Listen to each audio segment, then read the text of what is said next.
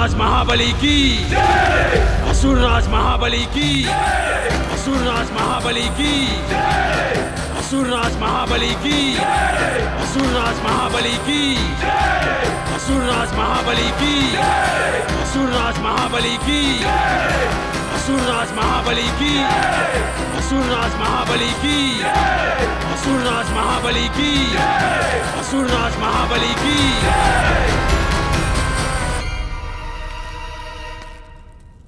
गुरुवर आप?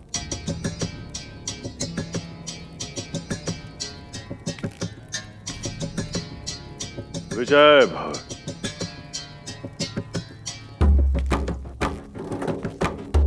आपको वो सिंहासन प्राप्त हो जो आपके लिए इससे अधिक उपयुक्त है, स्वर्ग का सिंहासन। शंका के लिए क्षमा चाहता हूं गुरुवर, किंतु आप जो आशीर्वाद दे रहे हैं उसका सफल होना असंभव है। देवताओं की शक्ति असीमित है, न जाने कितनी बार उनसे पराजित हो चुके हैं हम असुर। अब नहीं होंगे। यह सत्य है कि इतिहास अपने आप को दोहराता है, किंतु यह भी सत्य है कि कर्मवीर अपना भाग्य बदल सकते हैं, और इतिहास भी। आप आक्रमण करेंगे राजा। इस बार विजयश्री की माला आपके वक्ष पर ही होगी, ये वचन है मेरा। जो आज्ञा गुरुदेव।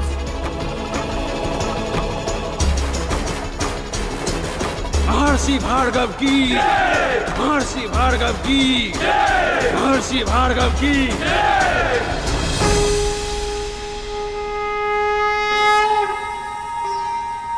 भैया आपने तो कहा था महर्षि दुर्वासा के श्राप में भी संसार की भलाई ही छुपी होती थी, किंतु जो मैंने अभी अभी सुना उसमें तो केवल विनाश की ध्वनि है। ध्वनि विनाश की है, परंतु उसमें छुपा है संतुलन का नाद। ये सृष्टि संतुलन से ही संभव होती है गरुड़। सदैव विजयी होने के कारण देवता अभिमानी हो गए थे। संतुलन का स्थापित होना समय की मांग थी। महर्षि दुर्वासा के श्राप ने इंद्र के अहंकार को तो ठेस पहुंचाई, किंतु इंद्र समेत अन्य सभी देवताओं के अहंकार का पूरी तरह नष्ट होना अभी शेष था। अब तक दानवों की हार होती थी और उसके कारण होता था मां दीदी का तिरस्कार, किंतु अब तिरस्कार की बारी थी माता अदिति की, और इस युद्ध के परिणाम का प्रभाव मां कद्रु और मां विंता के मन पर भी पड़ने वाला था।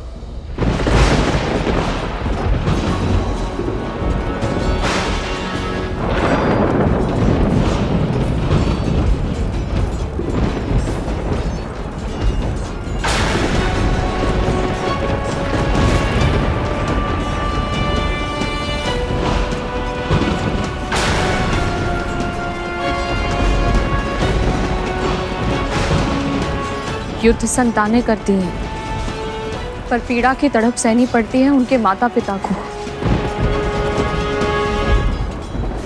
दीदी, हमें एक दूसरे को वचन देना होगा। जैसे मैं और आप आज तक कभी नहीं लड़े, हमारी संतानें भी आपस में झगड़ा कभी नहीं करेंगी। स्वयं नीलकंठ भगवान शिव जी ने एक यज्ञ के फलस्वरूप मुझे ये माला दी थी, जिसे जो धारण करेगा उसे ऐसी प्रतापी संतान प्राप्त होगी जिसके नाम और यश की कीर्ति समस्त ब्रह्मांड में फैलेगी। तू भी ना विंता, जिन्होंने भी जन्म तक नहीं लिया, उनके झगड़े के बारे में अभी से क्यों चिंता करना?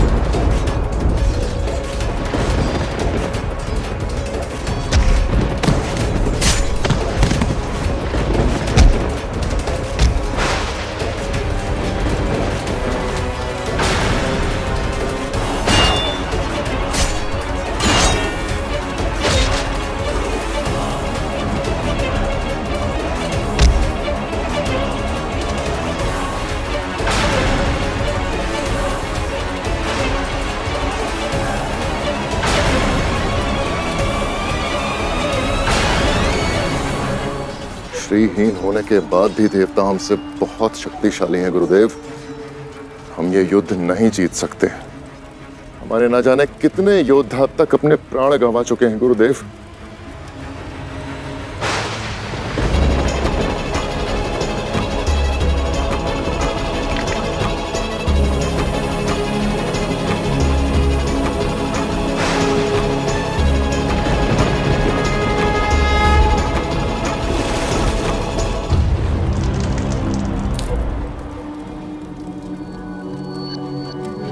ध्यान से देखिए राजन, आपका एक भी योद्धा नहीं मारा गया है।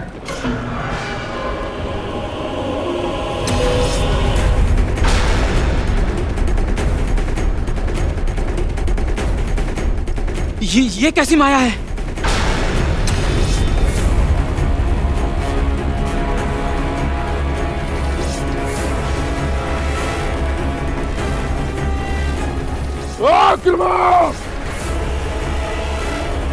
भागो, अपने अपने प्राण बचाओ।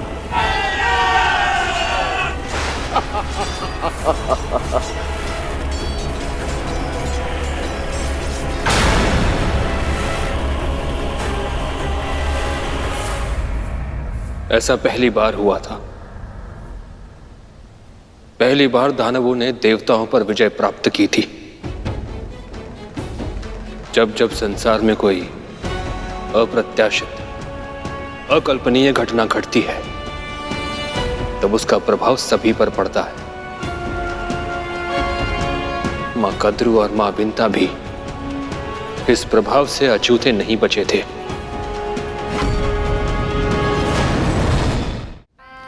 असुरराज महाबली की, असुरराज महाबली की, असुरराज महाबली की, असुरराज महाबली की, असुरराज महाबली की, असुरराज महाबली की, असुरराज महाबली की, असुरराज महाबली की, असुरराज महाबली की, असुरराज महाबली की।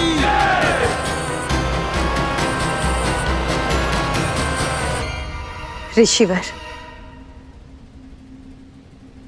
आपका बहुत बहुत धन्यवाद। आज आपने असंभव को संभव बना दिया। आज युद्ध के मैदान में आपने जो किया वो अकल्पनीय है। सदा से शोषित रहे हैं हम असुर। पराजय हमारा स्वभाव बन गई थी। हम जीत भी सकते हैं ये विश्वास ही खो चुके थे हम। किंतु आज आपने स्वर्गलोक का सिंहासन नहीं, जीवन का सबसे बड़ा उपहार दिया है।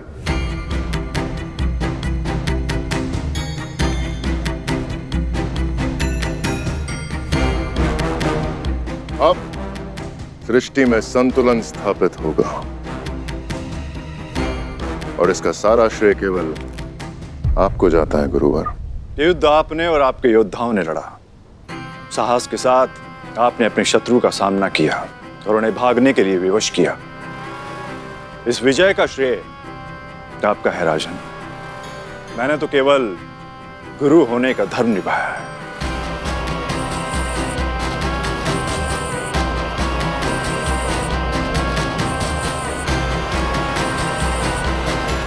आइए ना।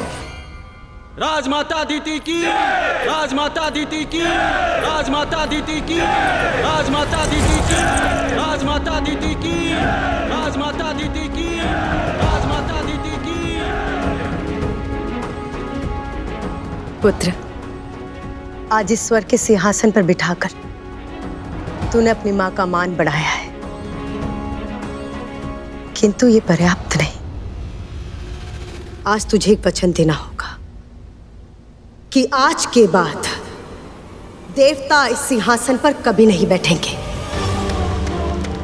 आज के बाद मेरे पुत्र किसी भी युद्ध में पराजित नहीं होंगे।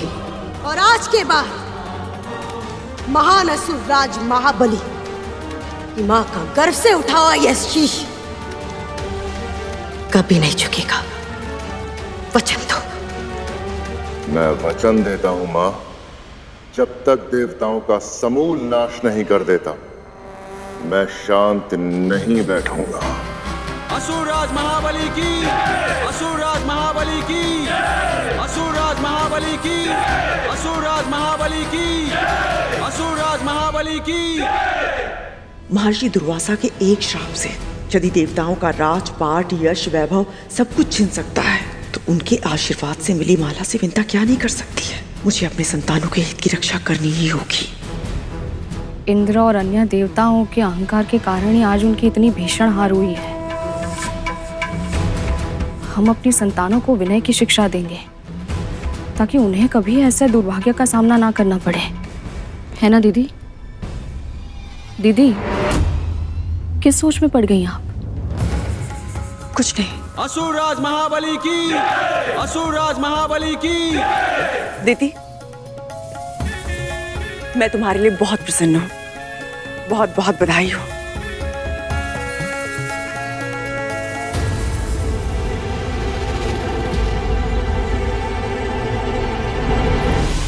इंद्र, वायु, अग्नि,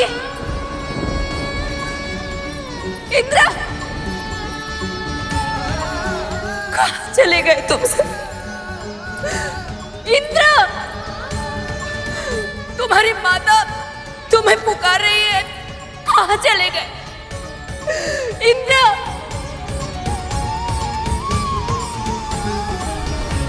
कहाँ चले गए?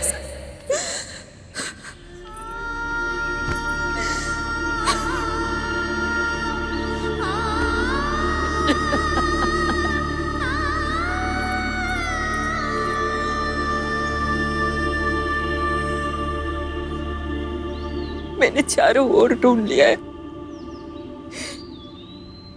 न जाने कहाँ है मेरे पुत्र। पहले तो मेरा स्वर सुनते ही लौट आते थे, परंतु आज दीदी, बाहरी नेत्रों से ढूंढना बंद कीजिए, मन की आंखों से देखिए, अपने हृदय से अनुभव कीजिए। आपकी अंतरात्मा अपने पुत्रों को स्वयं ढूंढ लेंगी।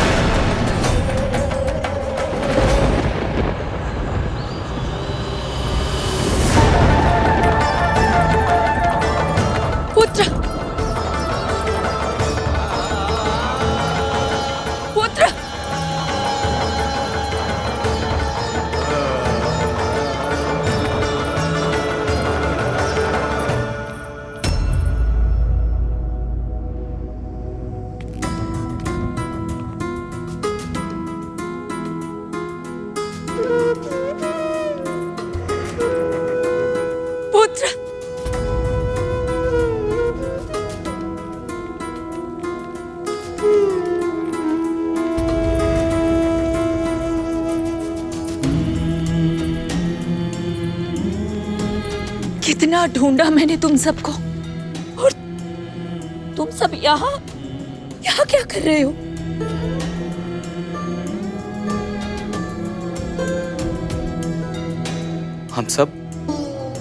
हम सब भयभीत हैं माँ। जीवन में प्रथम बार हमें असुरों से भय लग रहा है।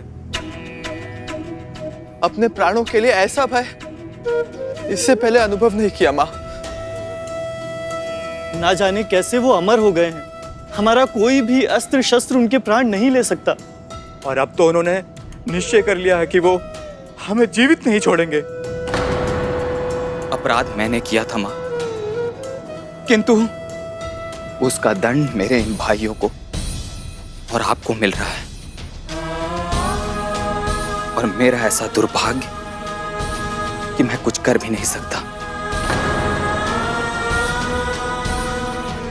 पुत्र, एकता में बहुत शक्ति होती। जब तक तुम सब एक साथ हो, कुछ नहीं होगा तुम्हें। और जहां तक तुम्हारी प्राण रक्षा का प्रश्न है, देखो पुत्र, जहां समस्या होती है वहां समाधान भी अवश्य होता है। और तुम्हारी मां वो समाधान अवश्य ढूंढ कर रहेगी।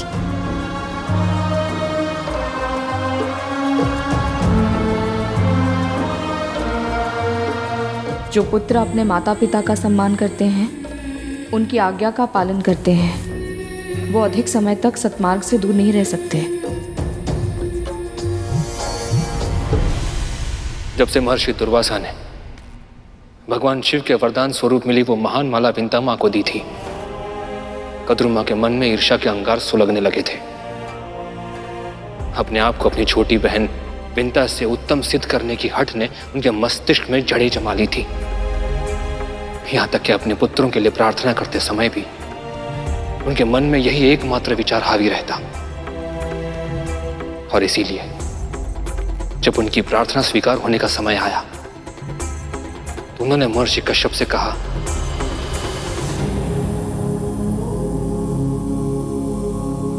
जो देवता मानव, गंधर्व, दानव इन सभी से अधिक शक्तिशाली हो, जो विकराल विषधर हो, जिन्हें देखते ही शिराओं में भय का संचार हो, मुझे ऐसे एक सहस्त्र पुत्र चाहिए।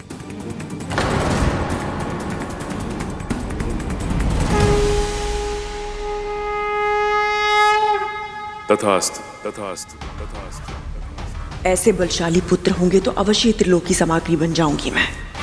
फिर विंता ही नहीं, दिति, अदिति सब झुकेंगे मेरे आगे।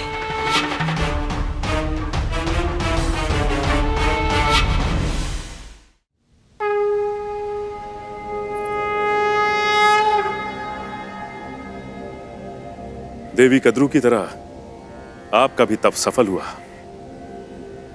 अपनी मन वांछित संतान मांगिए। स्वामी, अधिकार केवल मेरा नहीं है। संतान को अपने माता और पिता दोनों की इच्छाओं का संयुक्त स्वरूप होना चाहिए। इसलिए आप बताइए, कैसी संतान चाहिए आपको?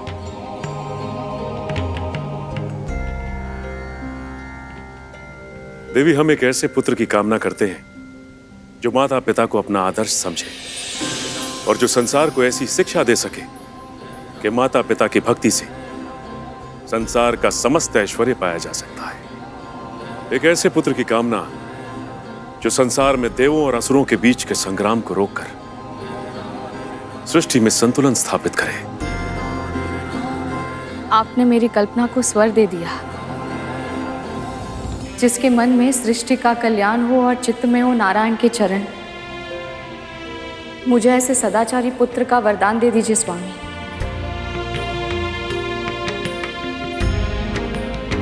देवी कद्रू ने सहस्त्र पुत्रों की इच्छा व्यक्त की है,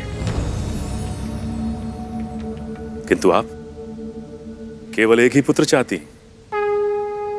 इसे जो धारण करेगा उसे ऐसी प्रतापी संतान प्राप्त होगी जिसके नाम और यश की कीर्ति समस्त ब्रह्मांड में फैलेगी। आप सही कह रहे हैं। संतान के समुचित विकास के लिए भाई या बहन का होना आवश्यक होता है। मेरे पुत्र को एक और साथी दे दीजिए स्वामी। तथास्तु, तथास्तु, तथास्तु।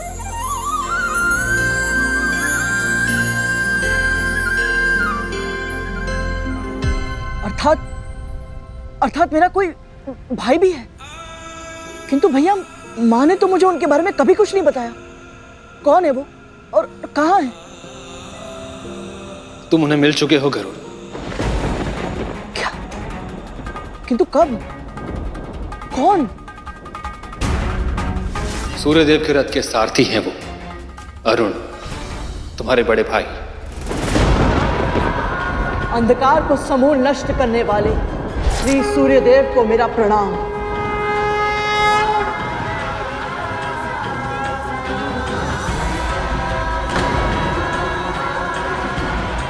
माँ ने तो मुझे सदा सत्य का पाठ पढ़ाया और उन्होंने ही मुझसे इतना बड़ा सत्य छुपाया, पर क्यों? For more updates, subscribe to our channel, click the show links and enjoy watching the videos.